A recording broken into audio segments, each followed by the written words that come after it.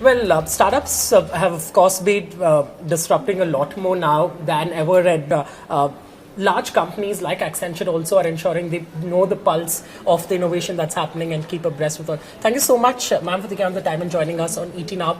Your first sense, considering India, so much of innovation in terms of massive funding that is coming by, the government wants startups to solve problems. The Prime Minister, has given out a clarion call time and again. So things are in place for an innovation-led economy, so to say. They are, definitely. In fact, if you look at the recent launch of the Global Innovation Index, sure. India moved up 5 spots in 1 year, which is a big, big jump. So absolutely in place for innovation-led economy, but a lot more needs to be done.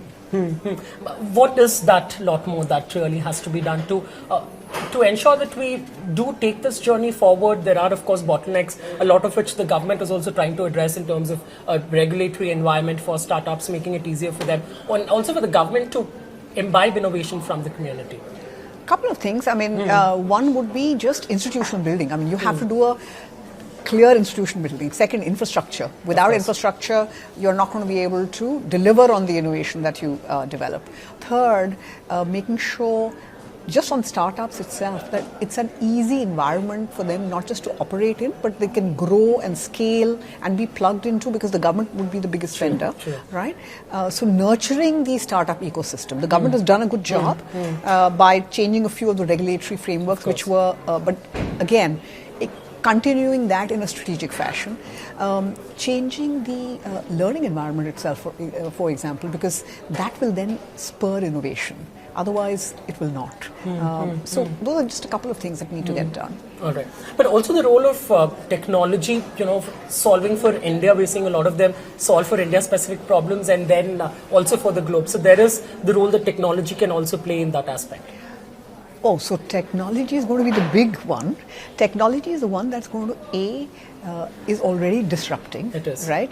It is already making massive changes. We are seeing lots of massive changes happening in industries, new business models, all because of technology. So, technology is disruptor, but technology also is an enabler. I mean, just an Accenture study on just AI said for India, the opportunity that AI can unlock is $1 trillion in the economy. So, that's just one technology. Right? So technology can unlock a lot of potential. It can do a second thing. It can scale impact, right? I mean, if you see some of the startups which are democratizing healthcare or education or in agri-tech, they are reaching places where standard models never reached, and technology enables that. So technology is the backbone for that. And third, they can reduce costs. Of course. So, absolutely. I know at Accenture also, through the Open Innovation Program that you have, also you have something called Accenture Ventures, where you have been sort of engaging with new age companies and startups. How has that journey really panned out vis-a-vis India also, that you've been quite active in the ecosystem? Oh, we are active. So Accenture Ventures for us is a way for us to linearly move the innovation quotient up for us, right? And therefore we work with absolutely all the deep tech startups in the B2B space. So we are in that space. That's the focus. And we work with growth stage companies through our Accenture Ventures in certain key technology areas, and that will keep changing over time. Of course. Depending on what our needs are and depends on what our client needs are. Could you break it down for startups, entrepreneurs watching this who want to sort of probably apply at Accenture or Ventures? What exactly, of course you're looking for growth stage companies, B2B, but are there specific sectors that you really, right now as we talk, is it artificial intelligence, machine learning, where a lot of action is expected? So, as I said, it evolves. So it's artificial intelligence, it's machine learning, it's security, it's IoT, it's now we're moving into AR, VR. So it will keep evolving depending on both our client needs, two, as technology shapes and changes, and third, industry verticals, depending on the industry verticals.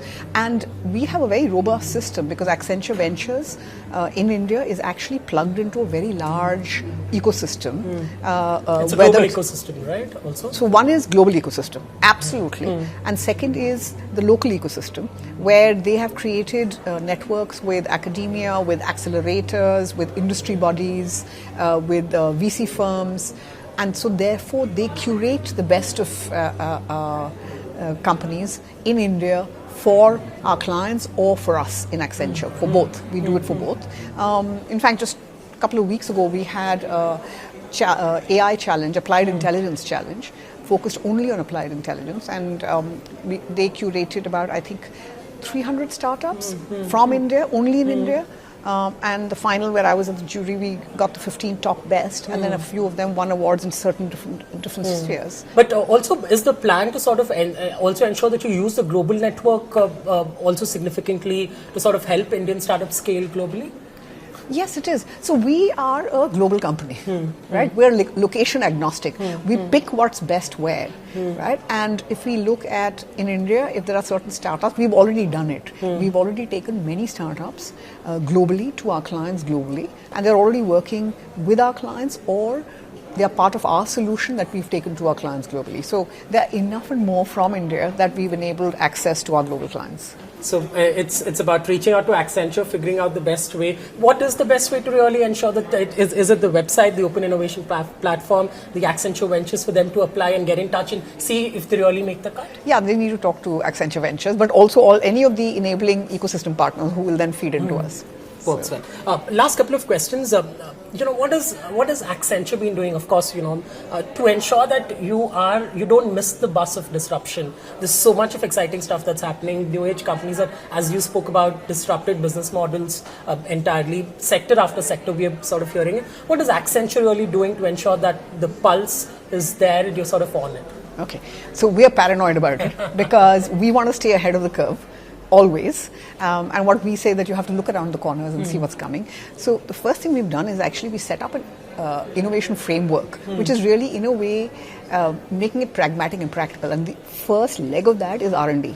So our R&D team actually focuses on new trends and what's happening, right? Some of those are right here on what are the new trends, what's it going to do for our clients and for ourselves, both in technology or in industry. And we take that and then think through, okay, what next? We have Accenture Labs, which then looks at cutting edge technology applications. How do we apply new technology in cutting edge ways? And there's an example here for what we're doing in the social sector with that. Then we take that and we have Liquid Studios, where we quickly prototype any of these pilots and then take it to our clients and then do a joint co-innovation with our clients. So we keep absolutely up to date before we then take it and scale it. So that's one. Not one, that's multiple things. And our investments in R&D is huge. The other is, of course, as we just talked about, the ecosystem play.